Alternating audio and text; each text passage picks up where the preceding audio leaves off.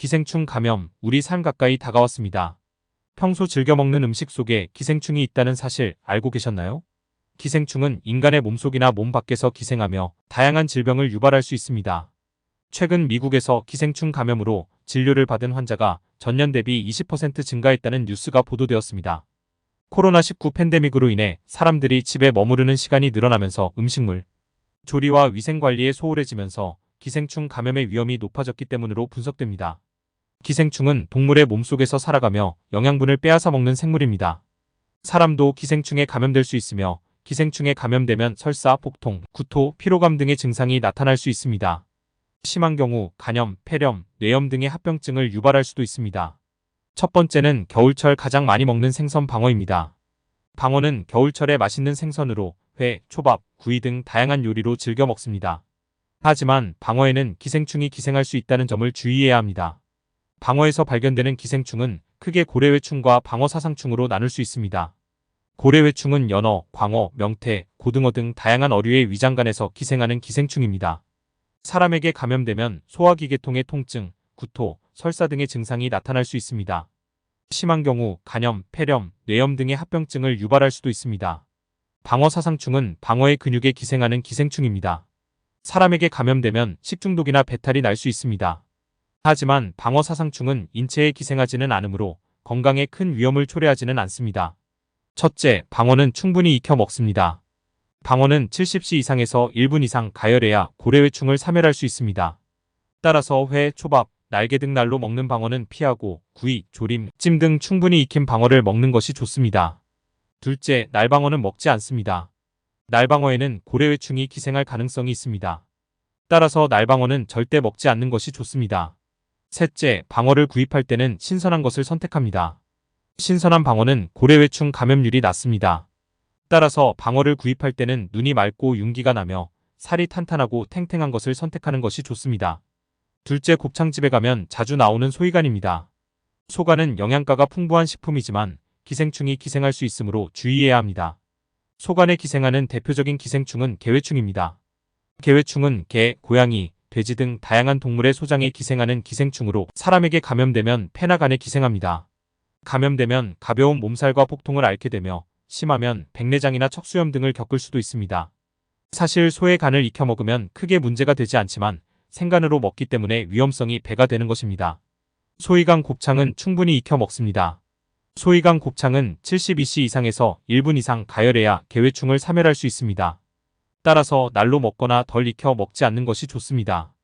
특히 어린이, 노인, 임산부, 면역력이 약한 사람은 기생충 감염에 취약하므로 더욱 주의해야 합니다. 따라서 이들은 소이간 곱창을 먹을 때는 더욱 주의하여 충분히 익혀 먹는 것이 좋습니다. 소이간 곱창집은 위생 상태가 불량할 수도 있습니다. 따라서 음식을 먹기 전에 주방의 위생 상태를 확인하는 것도 중요합니다. 음식이 오염된 경우 식중독에 걸릴 위험이 있습니다. 세 번째는 돼지고기입니다. 돼지고기 기생충 감염은 전 세계적으로 흔한 질환입니다.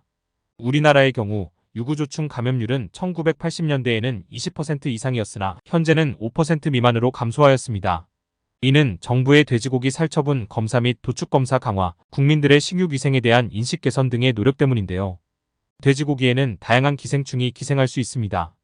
그 중에서도 가장 흔한 기생충은 유구조충과 아시아조충입니다.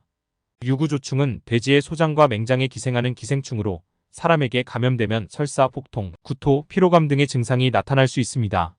심한 경우 간염, 폐렴, 뇌염 등의 합병증을 유발할 수도 있습니다. 아시아조충은 돼지의 소장과 맹장에 기생하는 기생충으로 사람에게 감염되면 설사, 복통, 구토, 피로감 등의 증상이 나타날 수 있습니다. 심한 경우 간염, 폐렴, 뇌염 등의 합병증을 유발할 수도 있습니다. 넷째, 오징어회입니다. 오징어에는 니베린촌충과 아니사키스라는 두 가지 기생충이 기생할 수 있습니다.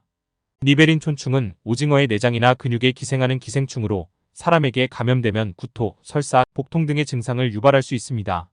아니사키스는 오징어, 광어, 붕장어, 고등어 등 다양한 어종의 근육에 기생하는 기생충으로 사람에게 감염되면 복통, 구토, 설사, 발열 등의 증상을 유발할 수 있습니다. 다섯 번째, 간장게장입니다. 간장게장에 기생할 수 있는 대표적인 기생충은 폐흡충입니다. 폐흡충은 민물개나 민물가재에 기생하는 기생충으로 사람에게 감염되면 폐에 기생하여 폐렴, 간염, 뇌염 등의 증상을 유발할 수 있습니다. 폐흡충은 민물개나 민물가재의 중간 숙주에서 자라며 사람을 최종 숙주로 삼습니다. 사람이 감염된 민물개나 민물가재를 날로 먹거나 덜 익혀 먹으면 기생충의 유충이 사람의 소장을 통해 혈관으로 들어가 폐, 간, 뇌, 뼈 등에 기생합니다. 말만 들어도 아주 무서운 기생충인데요. 마지막으로는 굴입니다. 굴은 영양가가 풍부하고 맛이 좋아서 많은 사람들이 즐겨 먹는 식품입니다. 하지만 굴에는 기생충이 기생할 수 있으므로 주의해야 합니다. 굴에 있는 기생충은 창굴크니프충인데요. 이름만 들어도 무섭습니다. 창굴크니프충은 우리나라에만 분포하는 기생충으로 굴의 내장에 기생합니다. 1993년 서울대학교 의과대학 기생충학교실에서 처음 발견하여 이름을 붙였습니다. 창굴크니프충의 성충은 0.4 크기로 사람의 소장점막에 기생하여 다양한 증상을 유발할 수 있습니다. 감염 초기에는 증상이 나타나지 않지만 시간이 지남에 따라 다음과 같은 증상이 나타날 수 있습니다. 굴은 충분히 익혀 먹습니다. 굴은 70시 이상에서 1분 이상 가열해야 창굴크니프충을 사멸할 수 있습니다. 따라서 회, 초밥, 날개 등 날로 먹는 굴은 피하고 구이, 조림, 찜 등 충분히 익힌 굴을 먹는 것이 좋습니다. 그럼 다음으로는 어떻게 하면 기생충을 예방할 수 있는지 알려드릴게요. 지금까지 소개드린 음식을 잘 확인하시면 대략 정답을 아실 수도 있는데요. 음식은 충분히 익혀 먹습니다. 민물고기, 조개류, 익히지 않은 채소나 과일은 기생충의 유충이나 성충이 있을 수 있으므로 충분히 익혀 먹어야 합니다. 특히 회, 초밥, 날개 등 날로 먹는 음식은 기생충 감염의 위험이 높으므로 피하는 것이 좋습니다. 손을 자주 씻습니다. 손을 자주 씻으면 손에 묻은 기생충의 유충을 제거하는 데 도움이 됩니다. 특히 화장실 이용 후, 음식을 먹기 전, 음식을 만진 후에는 반드시 손을 씻어야 합니다. 개인 위생을 철저히 합니다. 기생충은 사람의 대변이나 침을 통해 전염될 수 있으므로 개인 위생을 철저히 하는 것이 중요합니다. 특히 어린이, 노인, 임산부, 면역력이 약한 사람은 기생충 감염에 취약하므로 더욱 주의해야 합니다. 위생적인 환경을 유지합니다. 기생충은 오염된 환경에서 서식할 수 있으므로 위생적인 환경을 유지하는 것이 중요합니다. 특히 화장실과 주방을 청결하게 유지하고 음식물 쓰레기를 실내에서 보관하지 않도록 해야 합니다. 흔히 착각하는 오류로는 기생충을 예방하겠다고 회충약을 먹는 것인데요. 회충약은 기생충이 이미 몸에 들어와서 증상을 일으키고 있을 때 사용하는 약입니다. 기생충이 몸에 들어오기 전에 예방하기 위해서는 위에서 설명한 예방 수칙을 실천하는 것이 중요합니다. 기생충 회충약은 일반적으로 알벤다졸이나 프루벤다졸 등의 약을 사용합니다. 이러한 약은 기생충의 성충이나 유충을 죽이는 효과가 있습니다. 하지만 기생충이 몸에 들어오기 전에 예방하기 위해서는 기생충이 몸에 들어올 수 있는 경로를 차단하는 것이 중요합니다.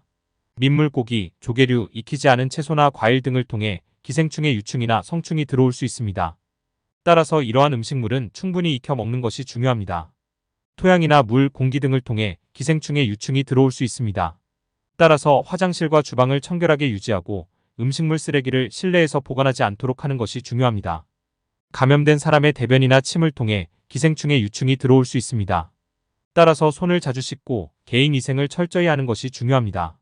다음은 기생충을 예방하는 것으로 알려진 민간요법입니다.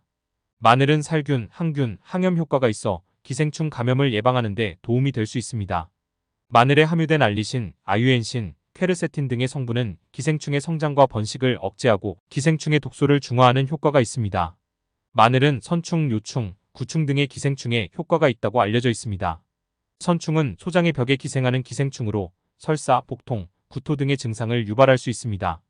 요충은 소장의 점막에 기생하는 기생충으로 항문 가려움증 등의 증상을 유발할 수 있습니다. 파는 살균, 항균, 항염 효과가 있어 기생충 감염을 예방하는 데 도움이 될 수 있습니다. 파에 함유된 알리신, 카로티노이드, 퀘르세틴 등의 성분은 기생충의 성장과 번식을 억제하고 기생충의 독소를 중화하는 효과가 있습니다. 특히 파는 선충, 요충, 구충 등의 기생충에 효과가 있다고 알려져 있습니다.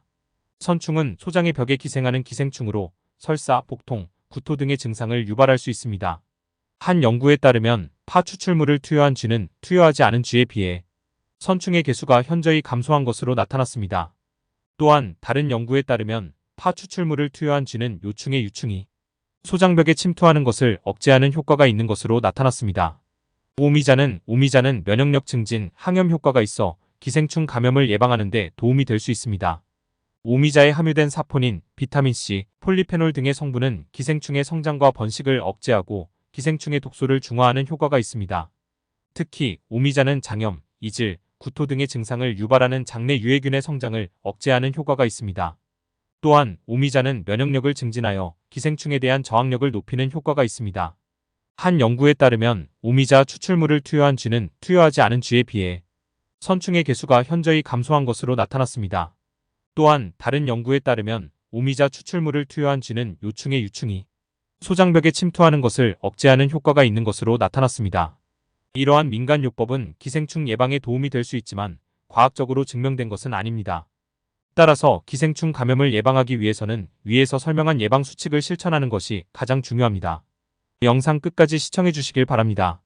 기생충 감염은 다양한 증상을 유발할 수 있고 심한 경우에는 사망에 이를 수도 있는 위험한 질환입니다. 따라서 기생충 감염을 예방하기 위해서는 영상에서 소개한 예방 방법을 실천하는 것이 중요합니다. 영상이 도움이 되셨다면 구독, 좋아요 부탁드립니다.